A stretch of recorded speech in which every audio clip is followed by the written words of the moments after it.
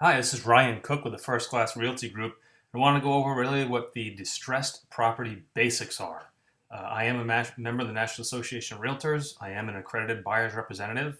I am also a CDPE, which is a certified distressed property expert, a CIAS, certified investor agent specialist. I am certified in diversity, and I'm also a green realtor.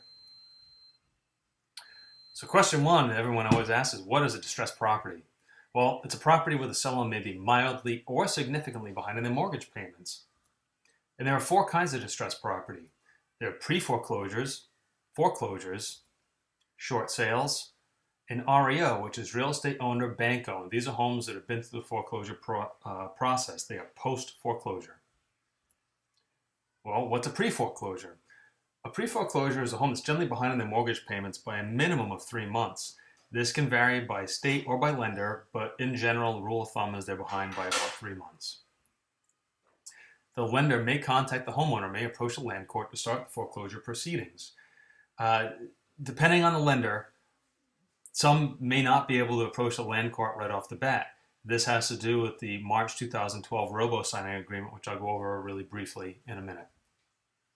The homeowner may not even be aware they're in default and the bank is moving forward with the foreclosure process. So you have a number of, let's say, real estate investors start sending letters to people. And I had done that a number of years ago, and they don't even know they're in foreclosure. They're aghast that you're calling them. So if you're looking on Zillow and you see homes that are listed in pre-foreclosure, may not be the best thing in the world to give those folks a call. You could get them very, very upset. And again, that robo-signing agreement, March 2012, this deals with the five big lenders: Bank of America, GMAC, Citi, Chase, and Wells Fargo. And this had to do with a number of them outsourcing the signing of the foreclosure proceedings. The robo-signing agreement really forces lenders to reach out to homeowners to attempt a loan modification first. They set aside a couple $1 billion to work through a number of these issues, pay some money to folks who had already lost their homes, pay money to folks that are doing well, keeping up on their payments, but have lost equity. And one of the things they have to do before they start the foreclosure process is they have to reach out to the homeowners and attempt to do a loan modification first. That could take an additional 6 months. What is a foreclosure? Well, this is when the bank has actually approached the land court and received permission to start the foreclosure process. Mind you, this is in Massachusetts. I don't know if every state has a land court, but in Massachusetts, they've approached the land court to receive permission to start the foreclosure process. Every state will have different time frames. So you really should reach out to the lender in whatever state you're looking in, or a real estate attorney that deals with foreclosures to find out what the process is in your state, whether it's a default judgment state or a non-default judgment state. All that stuff makes a difference. You're going to want to reach out to a professional to get more information on that. And this is when the homeowner actually receives a demand letter to come current in their payments. They're definitely going to know they're in foreclosure.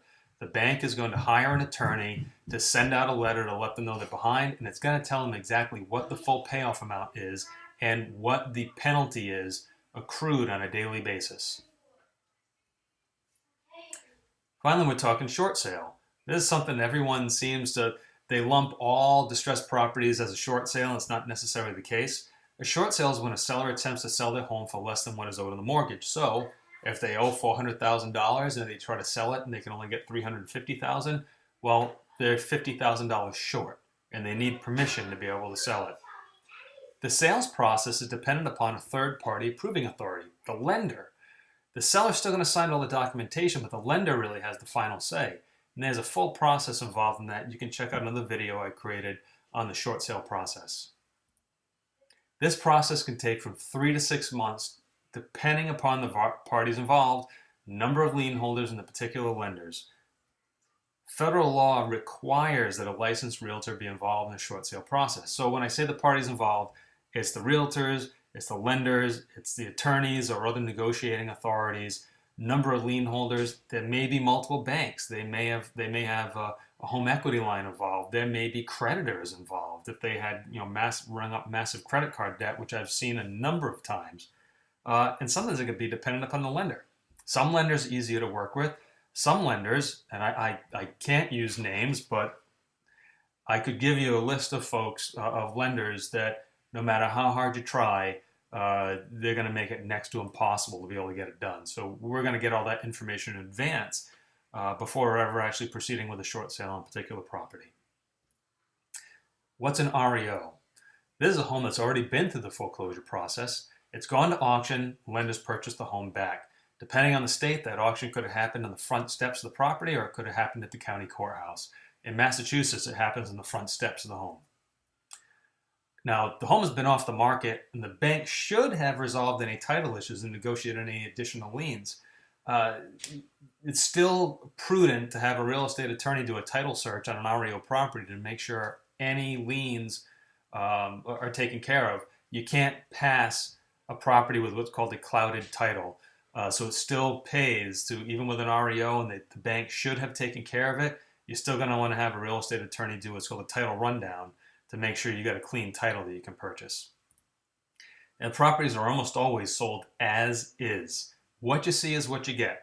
Doesn't mean you can't do an inspection, but it really means if you find something, the lender's really not going to do anything. Very unlikely, I should say. You know, I've been able to give some form of a buyer closing cost credit, but it's not a regular practice that the lenders are going to do. They're selling it as is, lock, stock, and barrel. Any defects in the property, any issues, they're yours to take care of. So those are the distressed property basics. Again, this is Ryan Cook with the First Class Realty Group. You can check us out on our website at Expect First Class. And we're also online on Facebook and Twitter as Expect First Class. Thanks for paying.